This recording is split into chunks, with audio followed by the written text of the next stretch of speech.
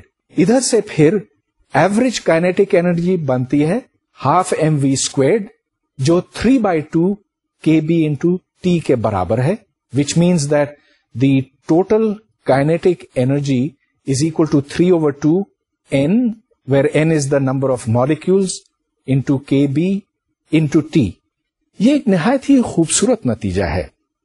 ہمیں اس سے یہ پتا چلتا ہے کہ جو ایوریج کائنیٹک انرجی کسی مالیکیول کی ہے وہ 3/2 کے ٹی کے برابر ہے. تو ٹی یعنی کہ گیس کا ٹیمپریچر جتنا زیادہ ہوگا اسی حساب سے ایوریج انرجی زیادہ ہوگی. ادھر اسمپشنز بہت ہی معمولی تھے.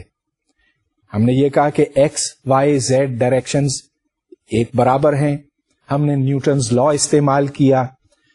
نیوٹنز لا کا کہنا ہے کہ F is equal to D P by D T. یہاں پر پی اس مالیکیول کا مومنٹم ہے جو دیوار کے ساتھ ٹکراتا ہے اور پھر ٹکرانے کے بعد واپس آتا ہے. یاد رہے کہ ہم نے ادھر 2 کا فیکٹر استعمال کیا تھا کیونکہ جب یہ جاتا ہے اور واپس آتا ہے تو اس کا مومنٹم تبدیل ہوتا ہے. You have to add plus P with minus P جو کہ پھر پلس ہو جاتا. اس طرح سے ہم نے روٹ مین اسکوائر ویلوسٹی حاصل کی which is square root of 3 into K B into T divided by M. اس کا مطلب یہ کہ مین اسکوائرڈ اسپیڈ ٹی کے پروپورشنل ہے اور square root of that is proportional to square root of T. یعنی کہ اگر ہم کسی گیس کا ٹیمپریچر ٹی رکھیں تو the root mean square speed is proportional to square root of T. جیسے جیسے ہم ٹیمپریچر بڑھاتے ہیں ویسے ویسے یہ ایوریج اسپیڈ بڑھتی ہے. آج آپ نے اس لیکچر میں یہ دیکھا کہ اسٹیٹسٹیکل تھرموڈائنامکس اور خصوصاً کائنیٹک تھیوری سے ہم کیسے معلومات حاصل کر سکتے ہیں. ذرا سوچئے کہ یہ کتنی کمال کی بات ہے کہ فزکس میں ہمیں 2 باڈیز کا پرابلم کچھ مشکل سے سالو ہوتا ہے لیکن ہو جاتا ہے. 3 باڈیز کا پرابلم اگر ان کے درمیان انٹریکشنز ہوں تو پھر بہت مشکل سے سالو ہوتا. مثال کے طور پر اگر یہ سورج ہے اور یہ زمین اور یہ چاند تو یہ 3 باڈی پرابلم بن گیا اور اس کو تو سالو کرنا کوئی آسان کام نہیں. اگر 4 باڈیز ہوں تو پھر یہ اس سے بہت زیادہ مشکل ہو جاتا. 5 6 7 8 باڈیز اس کے لیے تو ہمارے پاس کوئی طریقہ ہے نہیں ماں سوائے کمپیوٹر کے. اور پھر جب اس سے بھی زیادہ باڈیز ہوتی ہیں پھر تو کمپیوٹر بھی جواب دے جاتا. مگر اسٹیٹسٹیکل تھرموڈائنامکس میں آسانی اس وجہ سے پیدا ہوتی ہے کہ اس میں باڈیز بہت زیادہ ہونے کے باوجود جس طرح کے سوال ہم کرتے ہیں وہ اتنے زیادہ ڈیٹیل کے نہیں ہیں. مثال کے طور پر ابھی جو آپ نے کیلکولیشن دیکھی اس میں ہم نے پریشر کیلکولیٹ کیا تھا اور وہ ایک ایوریج پراپرٹی ہے. مطلب یہ کہ ہمیں اس سے غرض نہیں کہ یہ مالیکیول اور وہ مالیکیول کیا کر رہے ہیں. ہمیں صرف اس سے غرض ہے کہ اگر ہم اس ڈبے میں ایک پسٹن کے ذریعے سے پریشر ناپیں تو ہمیں کیا